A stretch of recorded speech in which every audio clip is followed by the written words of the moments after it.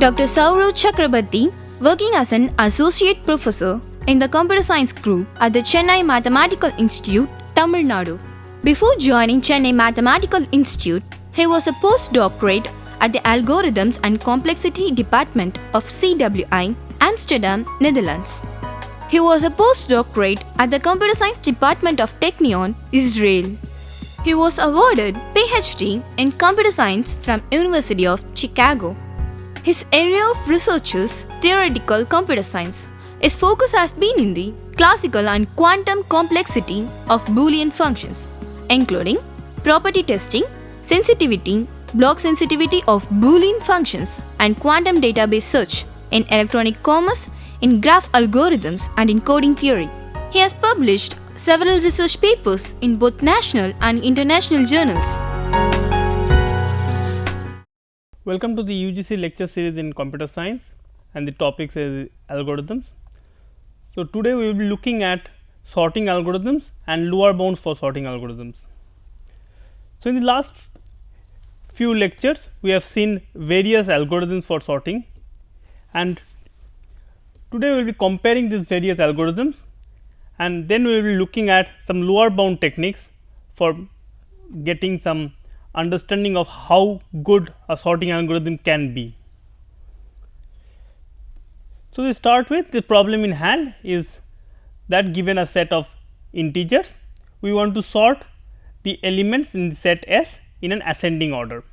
Now, this is a very well known and well studied problem. For example, here we have a set S which is 1, 4, 2, 10, 5, 8, 15, 13, 7, 8 and 1, and we want to sort these elements in this set in ascending order. So, we want to output this number 1, 1, 2, 4, 5, 7, 8, 8, 10, 13 and 11, 15. Now, there are a lots of sorting algorithms in this field, and here are just a handful of them, out of which we have seen till now these 4 algorithms: insertion sort, quick sort, merge sort and heap sort. Before we go on to compare these 4 things, we need to revise all these 4 things. So, in the case of insertion sort, the idea was to maintain a sorted list. So, we start from an empty list T, which is of course sorted because it is empty. Now, we take one by one elements from the set S and insert it in the T in the right place. Now, at the end we will have the whole set T which will be sorted, and there will be no more elements in the S left. So, we will output the set T. One important thing is that we can do the same thing, that is we can maintain the set T or list T in the same place where the set S is stored. Thus, we do not need to have any extra space. So, in summary, we had that insertion sort had running time or number of steps around n square plus 3 n by 2, whereas the space complexity as such we did not need any extra bit of space, but to store the indices we need log n bits. Natural question was, can we do better, that is can we get a better running time while maintaining space complexity log n, and quick sort was the answer to it.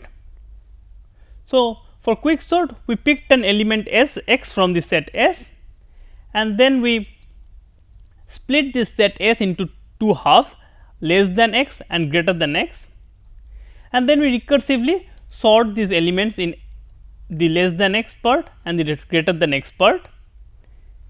Now, everything of this splitting and everything can be done in place, that is again we can reuse the space that is used by set S. So, we do not need any additional space for splitting this set S into these 2 parts, less than x and greater than x. For the summary of quick sort, the time complexity was more or less same, it was around n into n plus 1 by 2, and the space complexity was log n, because we did not need any extra space.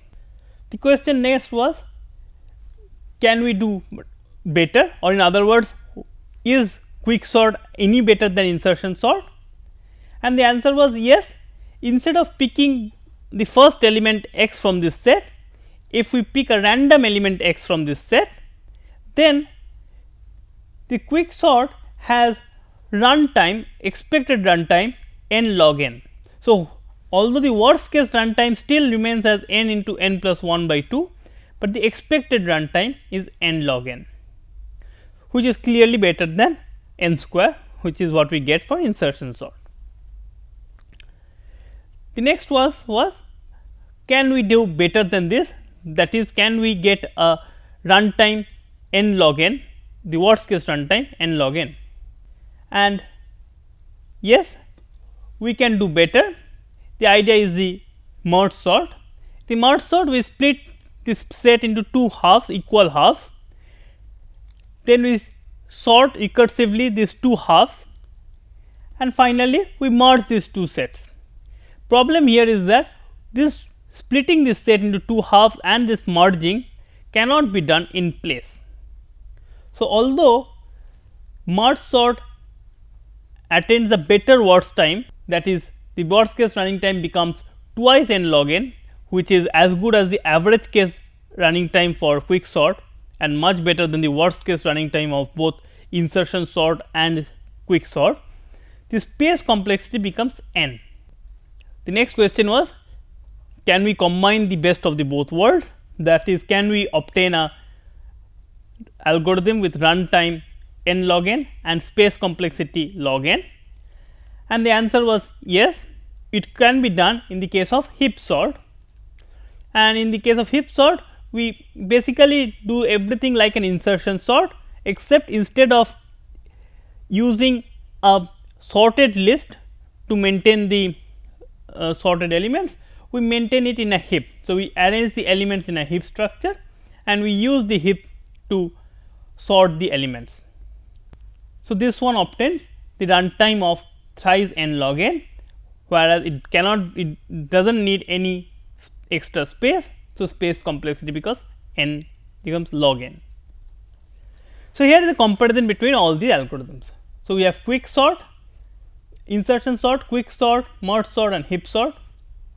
In the case of space complexity, except for merge sort, all of the others require only log n space.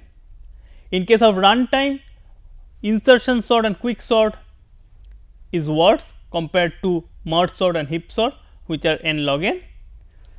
But in case of the quick sort, one can get a randomized runtime which is slightly better than the rest. Till now, we have seen these 4 algorithms. Now, there are many other algorithms. One natural question to ask is that why are there so many algorithms in this field just for this particular problem? The second question is that can one get even better algorithms? Both of them are very natural question. We will answer the first one first, that is, we will try to understand why an algorithm can be preferred over the other, and third, the second part, which is can one get a better algorithm, we will answer it in the next half. So, to start with, till now we have seen 2 or 3 main parameters, which is the worst case running time, we have looked at the expected running time, and we have looked at the space used. Under these 3 parameters, it seems that heap sort defeats all the other 3 in a very easy way. Heap sort uses the best worst case running time, which is n log n, and the space use is just log n. But there are other properties that we might expect from an algorithm. We have seen it briefly in one of our earlier lectures, but let us see. Properties that we are looking for are something like simplicity. How simple is an algorithm to implement? Second one, a very important thing is what kind of data structures are required, particularly because sorting algorithm is such an important algorithm that we might have to sort data of various kinds, and certain data will be given in a one form, while there are some other data will be given in some other form. So, what kind of data structures are required by the various algorithms is something we need to study. Third is the adaptiveness. So, that means that if I have a sorted list, or rather I have a list which is almost sorted, just a few things are out of place. Can I have an algorithm that sorts it very quickly, or will I need a lot of time to sort it? Third one is the online data.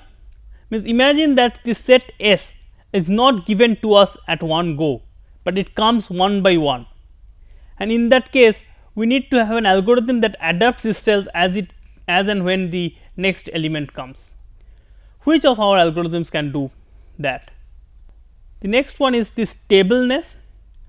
The stableness basically says that we might have two elements in this set which are comparably same, but then we want to maintain that one of the one that comes before in the set S should also come before in the sorted set.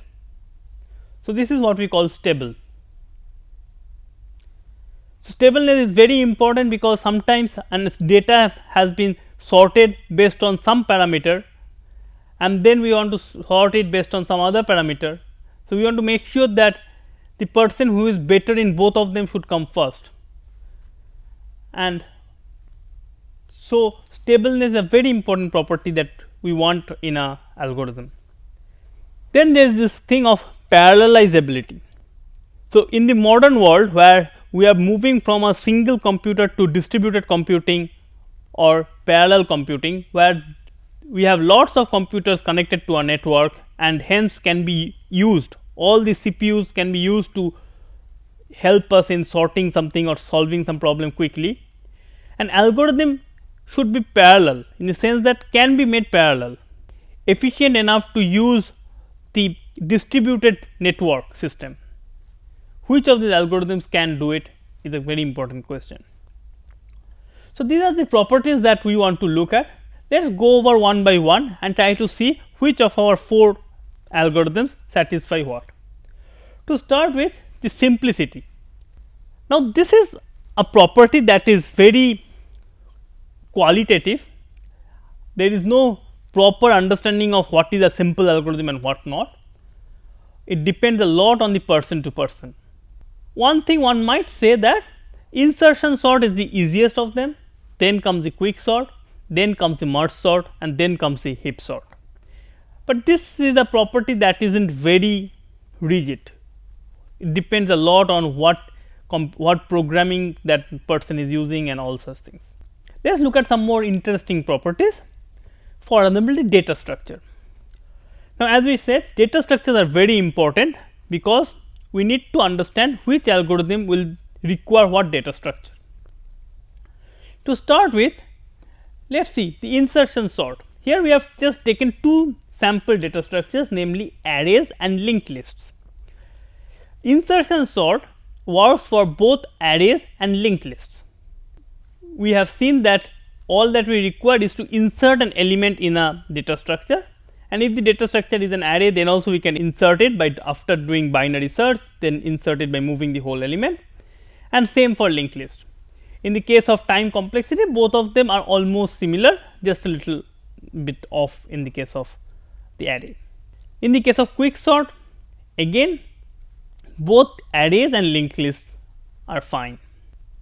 In the case of merge sort, again both arrays and linked lists are fine, because all of them we have not done too much hard work. We have just either compared 2 things or swapped 2 things. We have in most of the time compared 2 indices, compared I with j, and that is all.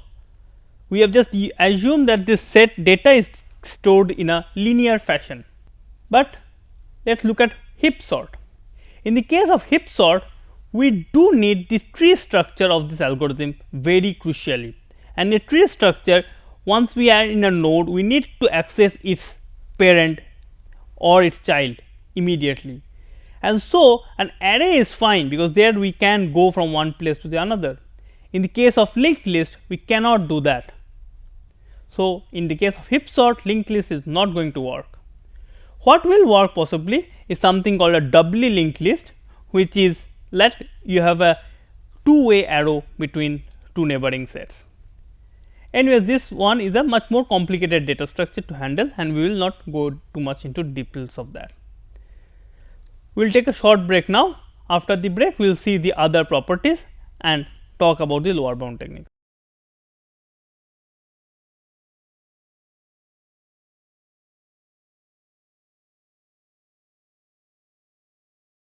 Welcome back after the break. Before the break, we were looking at various properties and trying to compare the algorithms across these properties. So, let us start with adaptiveness. So, adaptiveness basically says that whether an algorithm can handle almost sorted list. That is, if we give you a set which is almost sorted, then can it be easily sorted.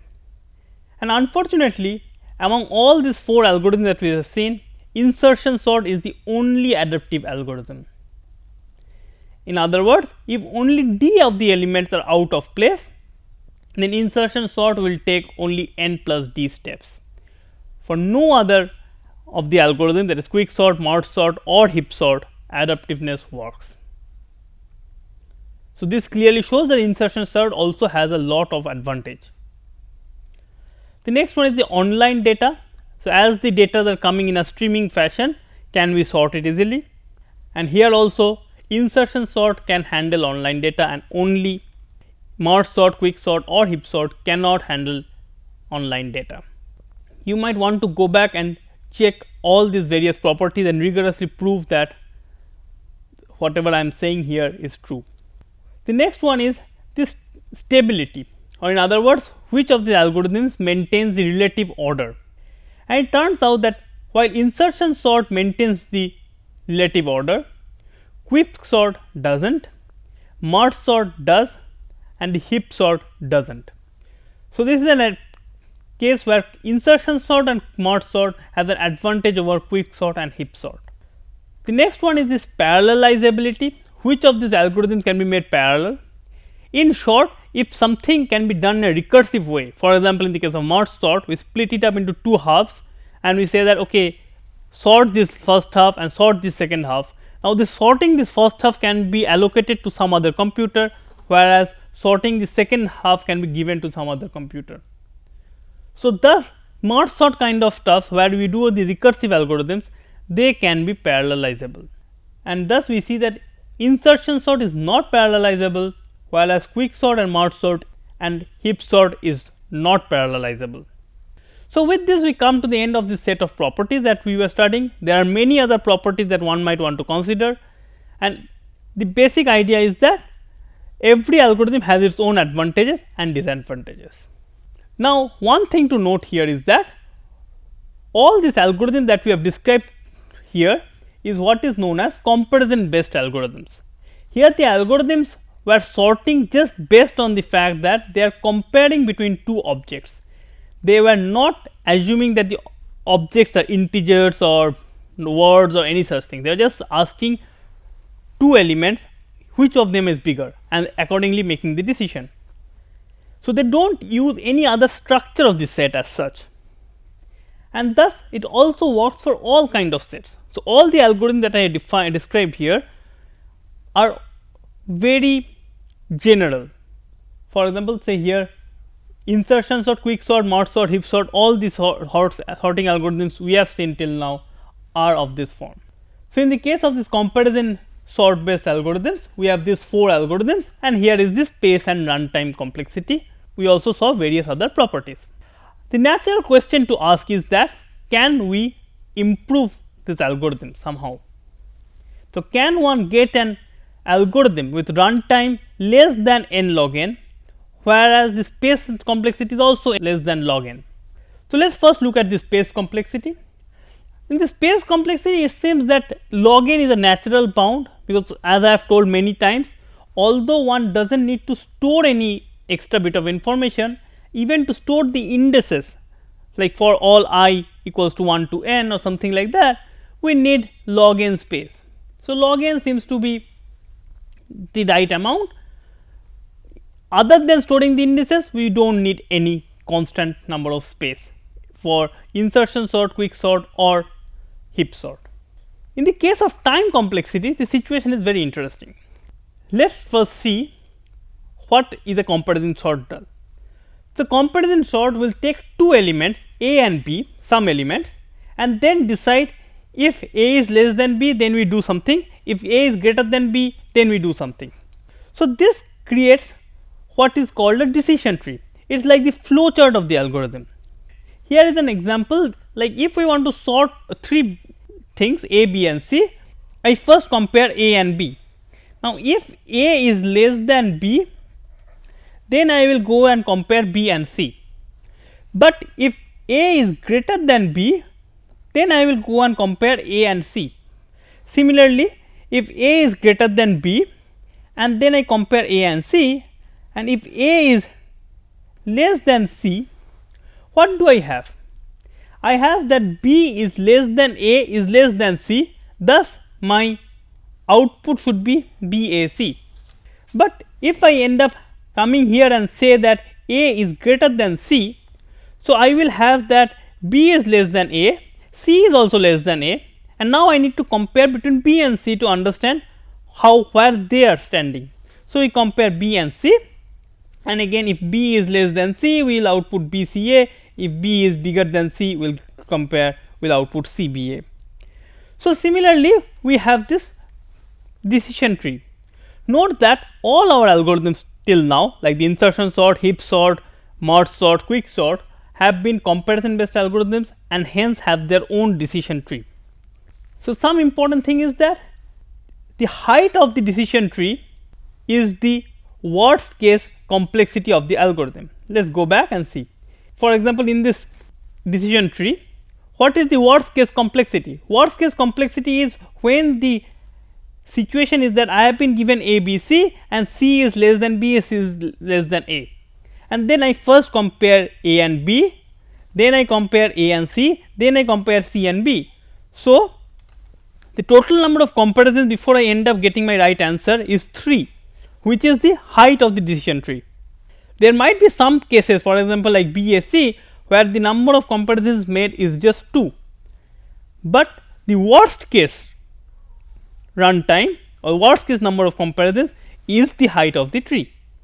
The other important fact is that all the different permutations must be in the leaves.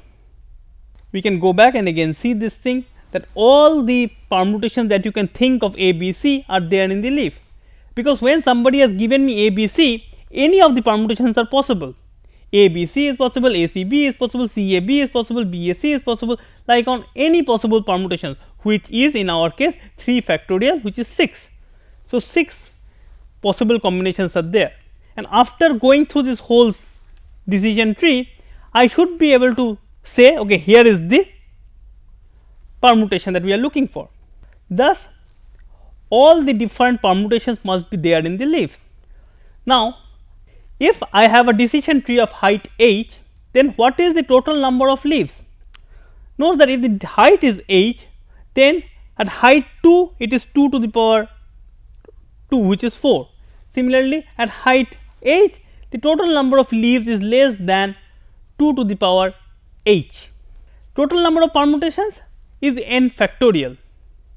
So, thus clearly we see that 2 to the power h must be greater than n factorial, or in other words h must be greater than log of n factorial. Note that height h is the worst case runtime of any comparison based algorithm. So, now we have h is greater than log of n factorial. Now, n factorial is 1 into 2 into 3 into 4 into, it goes on till n over 2 times n over 2 plus 1 times so on. So, the last n over 2 multiplication factors are all greater than n over 2. So, one can easily say that n factorial is greater than n over 2 to the power n over 2, and thus log of n factorial is greater than n over 2 log n over 2, and which means that the worst case runtime must be more than n over 2 log n over 2. This is a very interesting and important observation, that the no comparison based algorithms can get better than n over 2 log n over 2 runtime. So, this is what we call as the lower bounding of the time complexity. to wrap up, we see that we have various algorithms, these 4 algorithms that had various runtimes, and we also had this lower bound. Now, one might note that I have many times used the constants in a very non-precise manner. Sometimes I call it n into n plus 1 by 2, I say it as n square and so on. The idea is that the constant factors do not matter that much. To use that understanding that no constant factors do not matter that much, we in computer science use something called an asymptotic notation. So, what is an asymptotic notation? So, let us say f n and g n are 2 functions, then we say that f n is big O of g n if f n is less than some constant times g n plus some constant. So, in other words, that up to constant factors f n and g n are similar. For example, one can say that 10 n square is equals to O of n square, or 5 log n plus 3 is O of log n, or something like n into n plus 1 by 2 is big O of n square. This is a very important notation that we use a lot for our simplicity. So, when we say that the running time is O of n square, it means that it is some factor of O n square, constant factor of n square. So, under this set of notations, one can say that we have this comparison based algorithm where the space complexity for insertion sort, quick sort and merge sort has been O of log n, whereas in the case of merge sort it has been O of n, and in the case of runtime it is O of n square for insertion sort and quick sort, and the case of merge sort it is O of n log n. We have also a similar set of notations called omega, which says that it is greater than, or in other words, if f n is O of g n, then g n is omega of f n. So, in other words, n into n plus 1 by 2 is omega of n square and so on. So, thus n over 2 log n over 2 is omega of n log n, and is also theta of n log n if something is less than n log n and greater than n log n. So, it is theta of n log n. So, these are just as the notations for looking at the constant factors. So, under this thing what we can say is that there is a sorting algorithm that takes order n log n steps and order log n space.